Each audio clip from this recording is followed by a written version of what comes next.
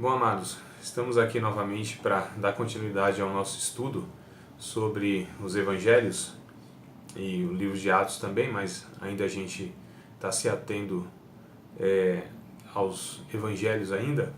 E na continuação, então, sobre o estudo do fato que Marcos ele inicia, inclusive dando a entender, né, que vai iniciar aí uma fala a respeito de Jesus, mas ele introduz, na verdade, João o Batista, e foi o que nós falamos na última aula, mais sobre a vida de João Batista, o seu ministério, características, personalidade, contexto histórico, cenário espiritual, político, né, que ele estava envolvido, daí a expressão que ele viria no espírito e na virtude de Elias, ou seja, o cenário era muito parecido, a mensagem de João Batista tinha uma semelhança muito grande, né, por chamar o povo ao arrependimento, né, por denunciar pecado, inclusive de líderes políticos, líderes religiosos. Então nós percebemos aí essa semelhança.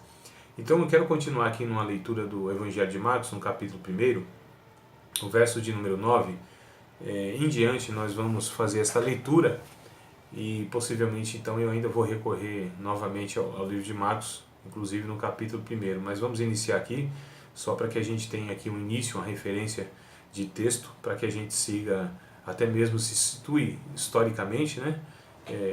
E no livro didático, inclusive, é a página 37, vou dar uma pincelada e a gente depois já parte para o próximo capítulo, onde eu pretendo dar mais ênfase, onde eu pretendo aqui gastar mais tempo, né? No capítulo 4, falando sobre o ministério inicial de Jesus, no caso, na Palestina. E se der tudo certo, a gente vai, nesses dois vídeos, nós vamos até o capítulo 5, aqui da unidade 1 do livro didático. Então diz assim o texto bíblico, nessa versão Almeida Revista e Corrigida, embora não seja aí a mais recomendada das melhores, mas é a que eu tenho mais familiaridade aqui para trabalhar. Só estou com uma versão aqui, vou utilizá-la e vindo textos e eu vou recorrer aqui à memória de outras versões. Diz assim: aconteceu naqueles dias que Jesus, tendo ido de Nazaré da Galileia, foi batizado por João no Rio Jordão. E logo que saiu da água, viu os céus abertos e o Espírito que como pomba descia sobre ele. E ouviu-se uma voz dos céus que dizia: Tu és o meu Filho amado, em quem me comprazo. E logo o Espírito o impeliu para o deserto. E ali esteve no deserto 40 dias, tentado por Satanás, e vivia entre as feras, e os anjos o serviam. Então eu quero aqui já iniciar com esta fala a respeito do batismo de Jesus e da tentação de Jesus. Jesus, ele não tinha necessidade, como todos os outros, inclusive nós, que tivemos de nos batizarmos, ou sermos batizados, melhor dizendo, para que a gente, inclusive, confessasse publicamente aquilo que já tinha acontecido interiormente na nossa vida. O batismo nada mais é do que isso. É uma confissão pública, né? É um ato externo, é um simbolismo, na verdade, simbolismo da morte, sepultamento e ressurreição. Não é? Então, esse é o simbolismo do batismo. Eu quero recorrer já à carta de Paulo aos Colossenses para que a gente pegue aí esse símbolo, né? Esse texto que vai nos falar a respeito do batismo. No capítulo 2 de Colossenses, versículo de número 12, está escrito assim: sepultados com ele no batismo, nele também ressuscitastes pela fé no poder de Deus que o ressuscitou dos mortos. Verso 13: quando vós estáveis longe, quando vós estáveis mortos, nos pecados e na incircuncisão da vossa carne, vos vivificou juntamente com ele, perdoando-vos todas as ofensas. Verso 14: havendo riscado a cédula que era contra nós nas suas ordenanças, a qual de alguma maneira nos era contrária, e tirou no meio de nós, cravando-a na cruz. Eu acho interessante essa expressão do verso 12, sepultados com ele no batismo e com ele também ressuscitado. E aí os dois versos que eu li em seguida, diz aí a respeito dessa mudança que houve, né, desse pacto que nós fizemos porque éramos incircuncisos. Paulo vai trazer todo o ritual, todo o cenário, todo o entendimento do Antigo Testamento, e os seus leitores compreendiam isso, é por isso que ele está trazendo aqui, e a dívida inclusive, né, a cédula que era contra nós aí nas ordenanças, ou seja, um libelo, né, um escrito de dívida que havia, isso tudo foi quitado, isso tudo foi resolvido. E como resultado, então, desta reconciliação, dessa dívida paga, nós agora fomos alcançados pelo Evangelho e nós fomos salvos. E por essa realidade, então, interior, ou seja, subjetiva, né, que o Evangelho transformou a minha vida, a vida de Cristo agora habita na minha vida, então eu confesso isso publicamente, né? Então o batismo é isso, é uma confissão pública daquilo que interiormente já aconteceu na minha vida. O batismo não é necessário para ser salvo. O batismo é para aquele que já é salvo, né? Então não é algo essencial para a salvação. Para a salvação, o essencial é a graça de Deus, né? Por meio da fé. E o sangue de Cristo é o que sela, é o que redime, é o que paga, é o que quita, é o que possibilita o resgate desse pecador. Então nós percebemos teologicamente que a salvação é necessário a graça de Deus nos alcançando, isso vem de Deus, a graça ela é um ato unilateral, né? Então é de Deus, é uma ação de Deus, é Deus que inicia a salvação e é Deus que leva a cabo a salvação. Ele é o autor e Ele é o consumador da nossa fé. Então é Ele que principiou a salvação e é Ele que consumou, levou a cabo, né, possibilitou, concretizou esse fato de o ser humano ser resgatado. Então é Deus que começa, é Deus que acaba, do início ao fim. Ele é o alfa e é o ômega. É Ele que vai atrás do homem desde o que o homem peca. Desde Adão, perguntando: Adão, onde tu estás? E aí no desenrolar dos milênios, né, dos séculos e séculos, Deus vem sempre atrás do homem, enviando profeta, madrugando, denunciando o pecado, através das suas epifanias, as manifestações de Deus, através de muitas maneiras. Deus ele veio falando com a humanidade. Hebreus capítulo 1 vai dizer isso, né? Havendo Deus antigamente falado de muitas maneiras aos pais pelos profetas, nesses últimos dias tem nos falado pelo Filho. Então o Filho, Jesus, é a última, é a plena, é a perfeita, é a mais próxima revelação que Deus poderia se aproximar de nós falando a respeito de si mesmo. Então mostra Jesus como sendo Ele próprio, a sua face. Então Deus estava conosco. Emmanuel, ele veio e mostrou quem de fato era Deus. Na pergunta e no anseio dos discípulos: mostra-nos o Pai, e ele disse: sou eu mesmo.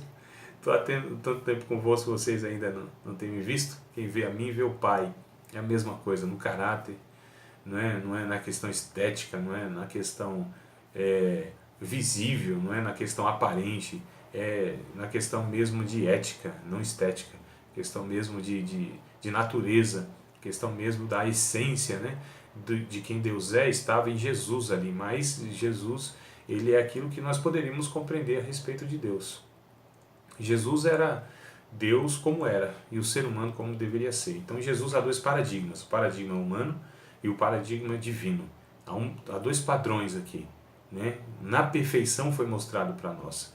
Então Jesus como nós devemos ser, o ser humano perfeito, esse ser humano idealizado por Deus lá no Éden, onde não foi possível por conta do pecado, mas agora esse segundo Adão, esse espírito vivificante, mostra para nós como nós devemos ser como homens, porque o Evangelho vem para resgatar a humanidade perdida do ser humano, que se desumanizou, se coisificou, se demonizou, a ponto de estar se distanciando mais da imagem e semelhança de Deus, e nesse distanciamento da imagem e semelhança de Deus, ele se torna alguém quase que desumano, não é? nas atitudes, nos pensamentos, na forma de ser, na forma de viver, ele vai se distanciando. Então o Evangelho vem para resgatar este homem, para que ele seja agora uma recriação.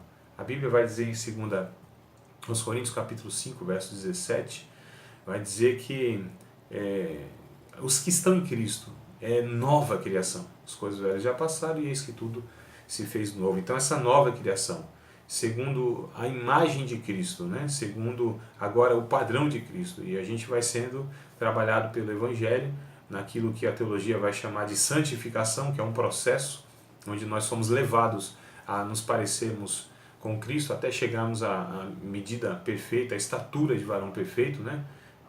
Segundo aí o próprio Cristo, que é o padrão.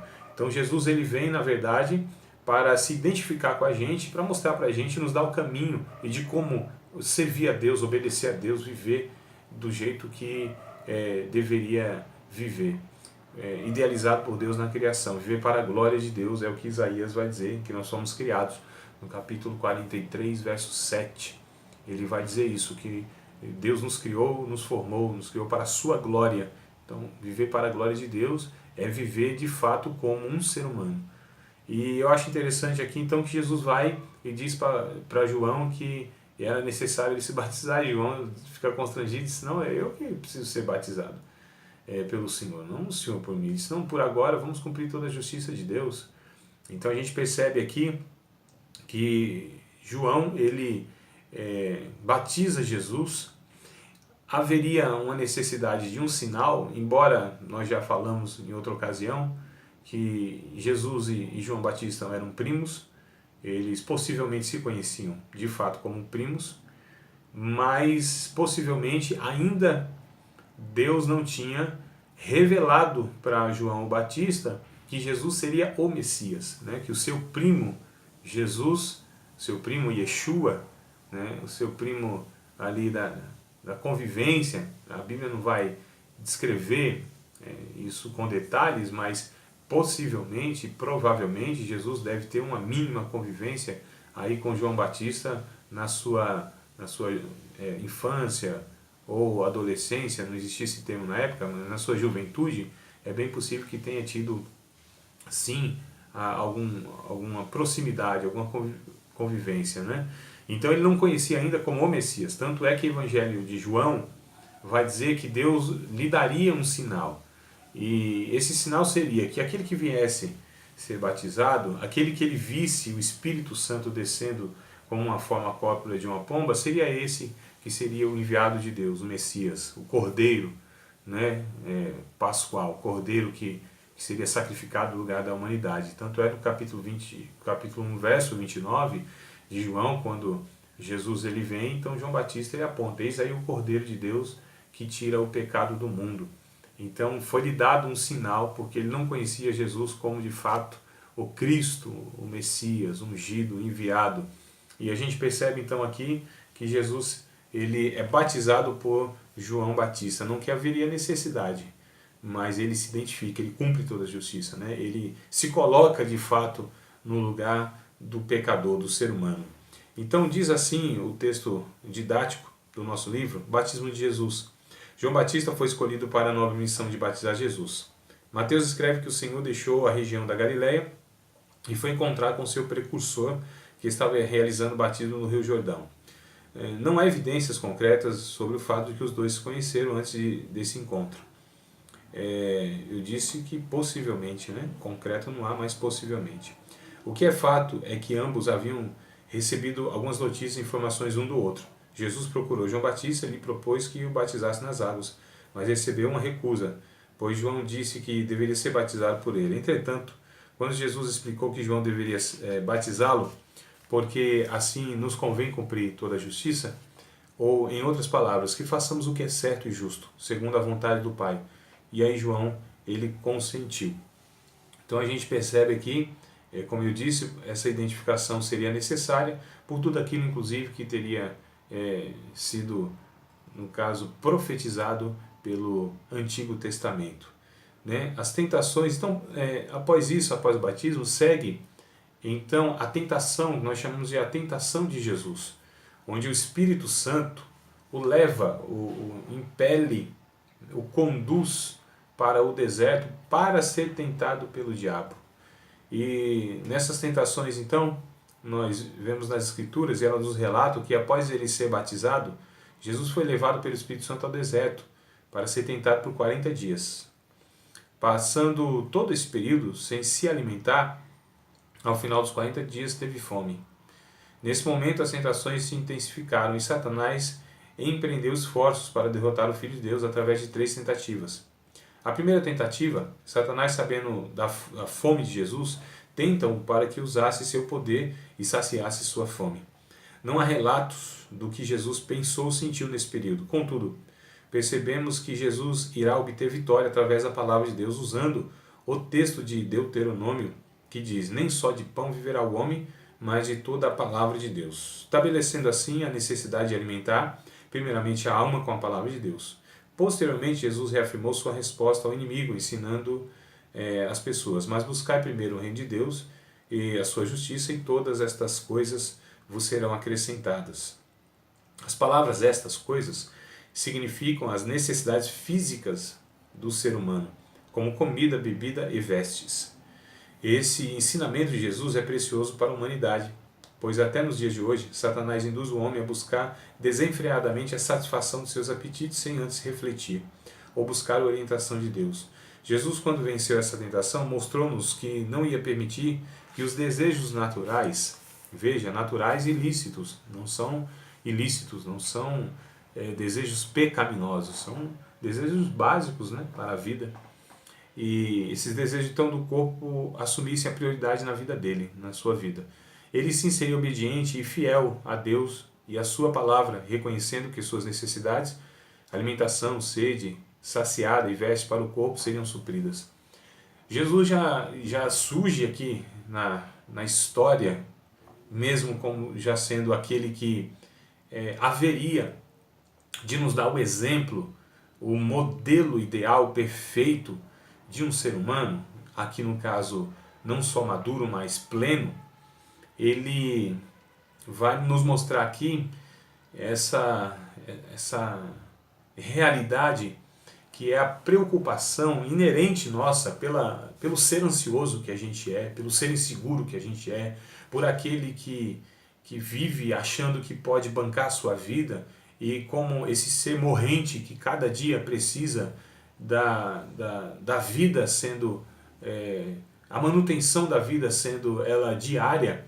Então há essa necessidade, essa busca por essa manutenção, seja ela na questão física, e principalmente na questão física, porque nós somos tão frágeis que algumas horas sem se alimentar, algumas horas sem se banhar, né, nós já percebemos as nossas limitações, a nossa corrupção no sentido mesmo da própria biologia, a gente já percebe a nossa fragilidade. Então a gente precisa todo momento estar fazendo a manutenção da vida, seja ela pelo asseio, né? pela limpeza corporal, pela higienização, estou dizendo, seja ela pela alimentação, porque nós somos esses seres que precisamos ser aí alimentados.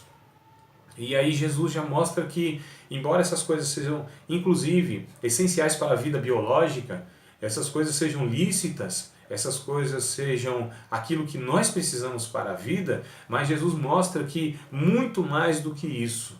Porque se nós pretendemos salvar a nossa vida, nós vamos perdê-la. Mas quando nós estamos dispostos a perder a nossa vida, mas confiando na vida do porvir, na vida eterna, ou seja, na palavra de Deus, nós na verdade somos aqueles que estão compreendendo essa dependência de Deus, porque eu sei que muito mais do que o alimento, muito mais do que o cuidado corporal, muito mais do que essa manutenção da vida, em mim é um espírito que ele só pode ser alimentado, sustentado, vivificado, ressuscitado por Deus, pela ação de Deus, pela palavra de Deus. Então é isso que ele mostra aqui. Embora há essa tentação para satisfazermos, inclusive, porque há uma diferença muito grande nos nossos dias de confundir aquilo que é necessário, aquilo que é essencial, com aquilo que é supérfluo, com aquilo que é vaidade, com aquilo que na verdade não é essencial para a vida. E nós estamos chamando então aquilo que é luxo de necessidade, né? Aquilo que é vaidade de necessidade, aquilo que é fútil de essência. Então nós estamos confundindo essas coisas. E o texto do capítulo 6 de Mateus, o verso 33, que o autor aqui do livro ele dispõe para a gente, quando ele diz que Jesus ele falou que era para a gente buscar primeiro o reino de Deus e sua justiça e todas estas coisas. Estas coisas refere-se então, lendo os versículos anteriores, justamente as coisas básicas para a vida. Isso por Deus é promessa. Isso por Deus é garantido. Assim como Deus sustenta os pássaros, assim como Deus alimenta os pássaros e veste as plantas, né, o lírio no caso aqui, então Deus fará conosco a mesma coisa, porque nós valemos muito mais do que os pássaros, ou seja, do que a manutenção da sua própria criação do cosmos, da fauna, da flora e etc. Nós valemos muito mais. Então Jesus, embora sendo por Satanás tentado a usar inclusive aquilo que ele podia fazer, que era transformar aquelas pedras em alimento, em sustento para a sua vida, ele não utilizou dessa prerrogativa, mas ele confiou inteiramente na palavra de Deus, naquilo que vinha da boca de Deus. Ele sabia muito bem que ele não poderia ser regido pela sua carne, pelas suas necessidades. Não era a agenda, não era a necessidade de Jesus que regia a vida dele. Ele era regido pela palavra de Deus, por aquilo que Deus falou, por aquilo que Deus disse, por aquilo que Deus revelou até então pelos profetas, pelos escritores bíblicos. Então ele disse: nem só de pão vive o homem, mas de toda a palavra que sai da boca de Deus. Essa foi a primeira tentação em satisfazer os seus próprios desejos. Reitero, não eram desejos pecaminosos, eram desejos lícitos. Mas mesmo assim, ele se entregou aí à própria vontade de Deus. A segunda tentação, em sua segunda tentativa, levou Jesus a um monte e lhe exibiu todos os reinos do mundo. Disse-lhe que tinha toda a autoridade sobre esses reinos e ofereceu tudo ao Senhor em troca de adoração. O diabo queria enganar Jesus e fazê-lo pensar que, se aceitasse a proposta, teria então toda a autoridade e poder no mundo. Mas o Senhor reconheceu sua astúcia e pela segunda vez recorreu à verdade inabalável. Adorarás o Senhor teu Deus e só a Ele servirás. Deuteronômio capítulo 6, verso 13. Parece que Jesus estava nesses 40 dias, talvez aí, uma forte evidência, que ele estava ali refletindo no livro de Deuteronômio, visto que todas as 3 respostas são tiradas aí do livro de Deuteronômio. E Satanás continua fazendo a mesma oferta a uma humanidade sedenta por poder e lamentavelmente tem sido bem sucedido. Muitos são os que têm se prostrado diante de Satanás fazendo sua vontade apenas para ganhar mais fama, status e sucesso. O que agem assim ignoram que o poder desse mundo é transitório e que um dia terão que prestar contas diante daquele que há de julgar vivos e mortos. A segunda tentação de Jesus é uma tentação que ainda hoje engana, seduz, escraviza, faz com que pessoas vendam a sua alma, vendam os seus valores e princípios por conta disso, do poder. O ser humano não está preparado para o poder. À hora vista, a gente tem aí presenciado no meio político quantas pessoas que recebem o poder administrativo, o poder, a gente chama de poder social, né, que domina sobre as outras pessoas, sejam eles políticos, sejam eles magistrados, sejam eles autoridades militares, sejam eles qualquer tipo de autoridade. Tem sido uma tentação muito grande para esses homens lidar com essa questão do poder. O homem não está preparado para o poder. Se ele não subjuga isso a Deus, se ele não, todo dia ele não se policia, então com certeza isso subirá para a sua cabeça e ele com certeza pensará que é melhor do que os outros, porque tem algumas condições melhores do que os outros. sejam elas administrativas, intelectuais, psicológicas, espirituais, financeira, física ou de qualquer outra ordem. Então, infelizmente, há muitos líderes, inclusive eclesiásticos, que eles têm entendido muito mal essa questão, onde eles são colocados, né, no reino de Deus como uma liderança, e eles estão entendendo que eles foram escolhidos porque eles são superiores de alguma maneira. Pelo contrário, muitos de fato, ou todos de fato, não têm mérito em tudo que faz. A pura graça de Deus é que faz as pessoas fazerem e serem o que são, e terem o que têm, inclusive, porque é Deus que dá tudo, respirar, a vida, a inteligência, as oportunidades, as condições. Então a segunda tentativa foi essa, de encurtar, na verdade, inclusive, aquilo que estava preparado por Deus para Jesus. A questão é que o tempo seria muito mais para frente, o tempo seria nem nessa vida ainda, o tempo seria para o futuro, um futuro que inclusive ainda não chegou, onde Cristo ainda não foi exaltado sobre tudo e sobre todos. Apesar da morte, vitória sobre a morte, a ressurreição, a ascensão ao céu, mas ainda o período há de chegar onde Deus sujeitará todas as coisas debaixo dos pés de Cristo. Isso ainda não aconteceu, mas era uma promessa de Deus sobre a vida do seu Filho. Porém, aqui ainda não era o momento, e Satanás quis encurtar isso como quer encurtar na nossa vida todos os dias, a facilidade, né, a fama, o aplauso das outras pessoas, essa falsa ideia de que nós somos melhores do que os outros e podemos dominar sobre a vida e decidir sobre a vida das outras pessoas. Na verdade, aqui isso é uma proposta de Satanás. Eu vejo isso implícito em músicas, em mensagens supostamente evangélicas, supostamente em templos evangélicos, supostamente por evangélicos. Isso está implícito quando as mensagens ela vêm para massagear o ego, onde Deus tem uma exaltação sobre a nossa vida, onde Deus nos escolheu para ser cabeça e não cauda, onde Deus nos escolheu para comer o melhor dessa terra, onde Deus nos escolheu para sermos vitoriosos sobre tudo e sobre todos. Isso não é mensagem bíblica, isso é proposta de Satanás. Jesus nunca prometeu isso, Deus nunca prometeu isso, e aqui Satanás mostra claramente que essa é a proposta dele. E Jesus identifica essa proposta. Disse, não posso fazer isso, porque fazendo isso eu estou adorando a Satanás. E que adoração é essa, Satanás? É a adoração da soberba. É por isso que muitos, inclusive novos convertidos, são advertidos para que eles não ingressem no ministério eclesiástico, na liderança, porque eles cairão nesse laço do diabo, né? Eles vão se ensoberbecer.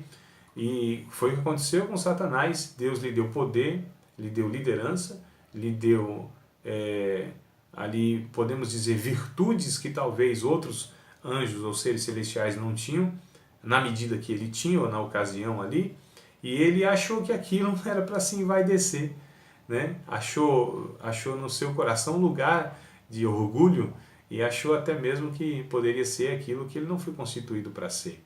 Então esse é o laço do diabo, é a soberba, é as pessoas acharem que são melhores do que as outras, que podem decidir sobre a vida das outras, que podem inclusive escravizar as outras pessoas, né? Que podem ameaçar as outras pessoas. E isso é um alerta para a gente, porque isso se dá no casamento, isso se dá com os filhos, isso se dá no nosso caso com os homens, que somos homens, com as mulheres, isso se dá com os pastores as pessoas que ele pastoreia, com os líderes e os professores, e aqueles que estão em destaque, eminência, que tem voz, que tem vez, que tem microfone, que tem recurso, que tem destaque, que tem palco, que tem púlpito, que tem, na verdade, poder intelectual, que tem oratória, que tem argumento, que tem dom, aquele que tem mídia, aquele que tem recurso. Então esse é um candidato fortíssimo para a soberba, para o orgulho, não é? Para amaldiçoar, para abençoar, para estar oprimindo pessoas, enganando pessoas, aqueles também que acham que podem, na verdade, seduzir pessoas com o seu discurso, oprimir pessoas com o seu discurso. Isso é um perigo muito grande, nós precisamos ter cuidado nessa questão. Então a terceira tentativa de Satanás, né, e o último apelo de Satanás, baseou-se no sensacionalismo. Levou Jesus a um pináculo do templo em Jerusalém e o desafiou a ser lançado ali. Dessa vez o diabo citou um trecho da Bíblia, distorcendo seu significado. Disse que os anjos o guardariam para que não se machucasse. Jesus nem pensaria em se lançar de uma torre somente para se fazer notório. Perceba que mais uma tentação. Então não foi possível fazer com que Jesus satisfazesse seus próprios desejos. Ele confiou na palavra de Deus.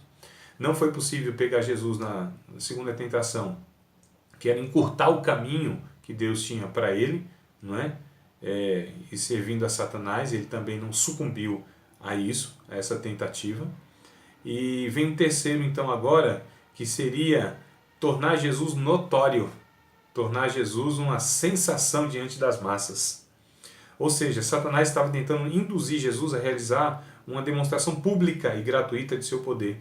Ele rejeita a proposta de Satanás e responde: não tentarás ao Senhor teu Deus. Seus milagres, proezas, ensinamentos tinham como finalidade glorificar o nome de Deus, o nome do Pai, promovendo o reino de Deus na terra e também ajudar as pessoas a serem curadas e libertas. Satanás tem usado a mesma estratégia, levantando muitos charlatões da fé, que adoram apresentar-se diante das plateias, promovendo assim um show, no qual ele é o personagem principal. Que o Senhor nos guarde dessa tentação.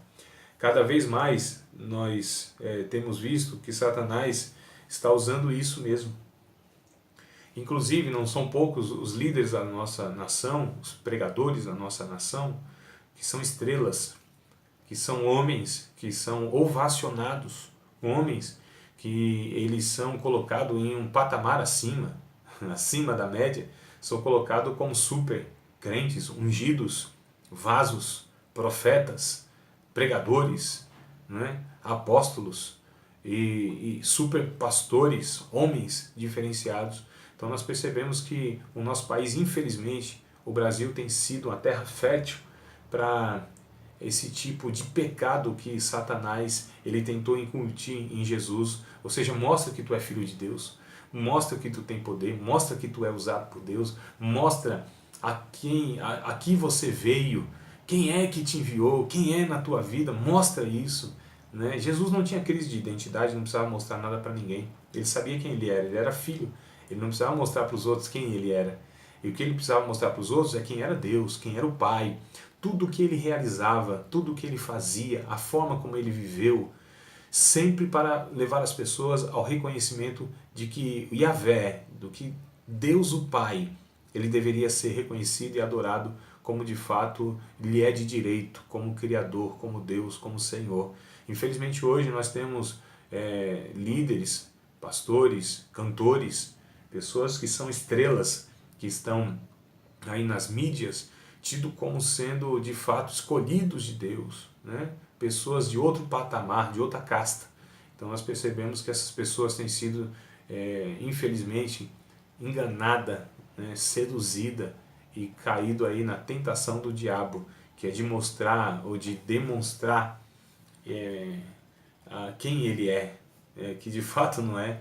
Uma pessoa dessa não pode ser um filho de Deus genuíno, porque um filho de Deus não tem por objetivo ele provar quem ele é. O filho de Deus, na verdade, ele resplandece quem é Deus, ele mostra quem é Deus. Então nós percebemos aqui que Jesus ele não cede a nenhuma dessas tentações. Ele não realiza o que ele realiza para mostrar quem ele é diante dos outros. Ele não tem essa necessidade. Infelizmente hoje nem todos são assim, né? Precisam mostrar toda hora quem eles são, que são ungidos de Deus, vociferando inclusive palavras e praguejando inclusive sobre muitos e exibindo inclusive com mensagens vaidosas, né, com demonstração de dons e etc., mas não levando essas pessoas a Cristo e sim prendendo essas pessoas a eles mesmos. Então esse é um perigo que Jesus ele identificou claramente. Bom, então falado aqui a respeito desta introdução, eu gostaria de iniciar o capítulo de número 4, Ministério Inicial na Palestina, na página 43. Então, neste capítulo, nós estudaremos o início do ministério de Jesus e abordaremos alguns dos eventos mais marcantes nessa fase, tais como a escolha dos apóstolos, os milagres, a primeira purificação do templo, bem como alguns encontros pessoais, dentre outros eventos importantes. Eventos iniciais do ministério de Jesus. Então, o Evangelho de João, além dos acontecimentos já relatados, registra alguns acontecimentos que marcaram o início do ministério de Jesus. São eles: o chamamento dos primeiros apóstolos, está no capítulo 1, verso 35 ao 51. O seu primeiro milagre, capítulo 2, verso 1 ao 12. A primeira purificação do templo, capítulo 2, de tudo isso, o Evangelho de João, capítulo 2, verso 13 ao 22. O primeiro encontro com o príncipe dos judeus, capítulo 3, verso 1 ao 21, o Nicodemos. E o primeiro encontro com a mulher samaritana, capítulo 4, verso 1 ao 13. Então vamos aqui pela ordem. O chamamento dos apóstolos. Jesus, no início do seu ministério, preocupou-se em escolher alguns homens e treinou-os para que continuassem a obra, pois sua ascensão ao céu, após a sua ascensão ao céu. Esses homens passaram a ser chamados de apóstolos. O evangelista Lucas narra como se deu esse acontecimento. E aconteceu que naqueles dias subiu ao monte a orar, passou a noite em oração a Deus. E quando já era dia, chamou a si os seus discípulos e escolheu os 12. Eu estou enfatizando aqui porque alguns dizem que Jesus não teria escolhido Judas, Judas tinha se intrometido no ministério, Judas tinha se infiltrado de alguma maneira, isso é a opinião de alguns, mas o texto diz que ele escolhe os 12, então, inclusive Judas foi escolhido também por Jesus. Escolheu 12 deles, a quem também deu o nome de apóstolos, no caso que são enviados. Simão, ao qual também chamou de Pedro e André, seu irmão Tiago e João, Filipe e Bartolomeu, Mateus e Tomé, Tiago, filho de Alfeu, e Simão, chamado Zelote, Judas, irmão de Tiago, e Judas Iscariotes, que foi o traidor. Então a gente percebe aqui que ele escolhe esses 12 homens para que desse continuidade à obra que ele iria iniciar. Então Jesus também mostra aqui algo interessante, embora ele podendo fazer tudo, não precisava de ninguém, mas mesmo assim ele deu privilégio para que esses homens participassem aqui da empreitada do reino de Deus, para que esses homens pudessem dar uma continuidade naquilo que Jesus ia iniciar, que seria a pregação do Evangelho. É interessante isso, que Jesus, podendo fazer tudo sozinho, não fez. Ele compartilhou, ele dividiu, ele partilhou, ele generosamente chamou 12 homens para que pudessem espalhar o reino de Deus por todo o mundo. E aí a gente percebe também, na sequência, após a escolha dos homens, dos 12 apóstolos, tem o primeiro milagre. E é interessante nesse milagre, me chama a atenção, porque mostra que Jesus não era antissocial, ou arredio às pessoas. Antes, pelo contrário, nas narrativas dos evangelhos, vemos o mestre participando das festas e eventos sociais, como ceias e debates públicos. Inclusive, Jesus participava frequentemente desses eventos, dessas ocasiões. Era alguém que se sentia à vontade no meio de gente, fosse criança, mulher ou homem. Não exibia uma atitude altiva, Jesus, ao se relacionar com os outros. Nem tampouco se exaltava. Ao contrário, era amigável e era simpático. Então Jesus aqui, ele se mostra uma pessoa sociável, uma pessoa que estava em todas as camadas da sociedade e dialogava com todas as pessoas. Sejam essas pessoas notoriamente marginais, chamado na época de publicano e pecadores, se fôssemos contextualizar, seriam de fato corruptos, prostitutas, traficantes, criminosos, seriam esse tipo de gente, essa pária da sociedade que Jesus se relacionou e se relacionaria hoje. Infelizmente também nós temos um equívoco muito grande, dos chamados homens santos, Nós temos um equívoco muito grande, que essas pessoas elas vivem sempre não em contato com a sociedade. São pessoas que são reservadas, reservadas em seus templos, reservadas em seus gabinetes, reservados na sua suposta santidade, reservados ali no seu arraial, evangélico, são pessoas que têm dificuldade de dialogar, de se relacionar com as pessoas, de entrar e sair no meio de quem quer que seja. Então Jesus se mostra uma pessoa social. Me lembro agora de uma ocasião onde o irmão, ele disse assim que o crente, né, não deveria participar de festas, desses eventos festivos, não deveria em aniversário, em casamento, que essas coisas não seriam para o servo de Deus. E o irmão falando isso, o outro disse assim, não, mas Jesus ele foi numa festa, e ele disse, mas não devia ter ido. Não. Então a gente percebe que alguns ainda têm esse conceito equivocado que nós que servimos a Deus não podemos e não devemos estar em todas essas camadas da sociedade. Jesus mostra o contrário. E ele não tinha dificuldade de se relacionar com ninguém, era simpático, inclusive com crianças, com mulheres, com todo tipo, como eu já disse, de pessoa. Ele era simpático, ele era amigável, ele era sociável. Né? Jesus não tinha dificuldade, não são como muitos também, que a gente percebe que há divisões, né? Há acepções no tratamento de pessoas, há uma ideia que há alguns superiores e outros inferiores dentro da igreja, inclusive. A gente chega a ter o absurdo dentro de alguns templos evangélicos, pasmem vocês, onde eventos são realizados e tem salinhas especiais para alguma casta superior, né? Homens que são, na verdade, equivocados nessa questão. Jesus mostrava pelo seu exemplo que não deveria ser assim. Ele era superior a tudo e a todos, ele era Deus pisando na terra, mas ele de fato entrava aí na periferia, ele entrava na casa de qualquer pessoa, indistintamente, independente daquela pessoa, na sua posição social, a sua questão financeira, a sua questão inclusive religiosa. Jesus se relacionava de uma maneira muito tranquila, muito fácil com as pessoas. Isso não impedia, claro, de ele estar denunciando o pecado dessas pessoas, mas a denúncia de Jesus a respeito do pecado dessas pessoas vinha através de um constrangimento por tanto amor que ele tinha, por tanta santidade que emanava dele, por tanta bondade que ele tinha, por tanta compaixão que Jesus expressava. É isso que constrangia as pessoas. Jesus, ele com os miseráveis, com os pobres, com os pecadores, com aqueles que de fato reconheciam quem era, Jesus ele estava ali junto, ele estava convivendo. Né? Ele também se relacionava com hipócritas, com religiosos. Ele pegava um pouco mais pesado, mas mesmo assim ele se relacionava. E ele não deixava de participar, inclusive de muitos eventos onde ele reprovou, mas ele estava lá. Ele de fato participava daquilo, não era aquele que denunciava a distância, não é aquele que estava de longe vociferando. Se fosse hoje, Jesus não estaria nas mídias sociais. Jesus, não é que ele não estaria, mas ele não seria desses que estaria de longe, virtualmente, né, dentro do seu palácio, dentro da sua torre.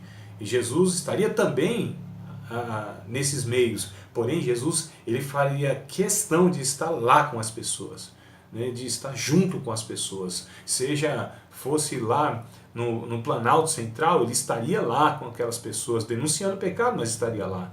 Se fosse em qualquer lugar da sociedade, Jesus estaria lá, participando lá. Ele não se fecharia, não ficaria com o microfone na mão, domingo a domingo, vociferando e criticando as pessoas apenas. Também, como eu disse, bem poderia estar, porque ele estava em todos os lugares, mas não se resumiria ali.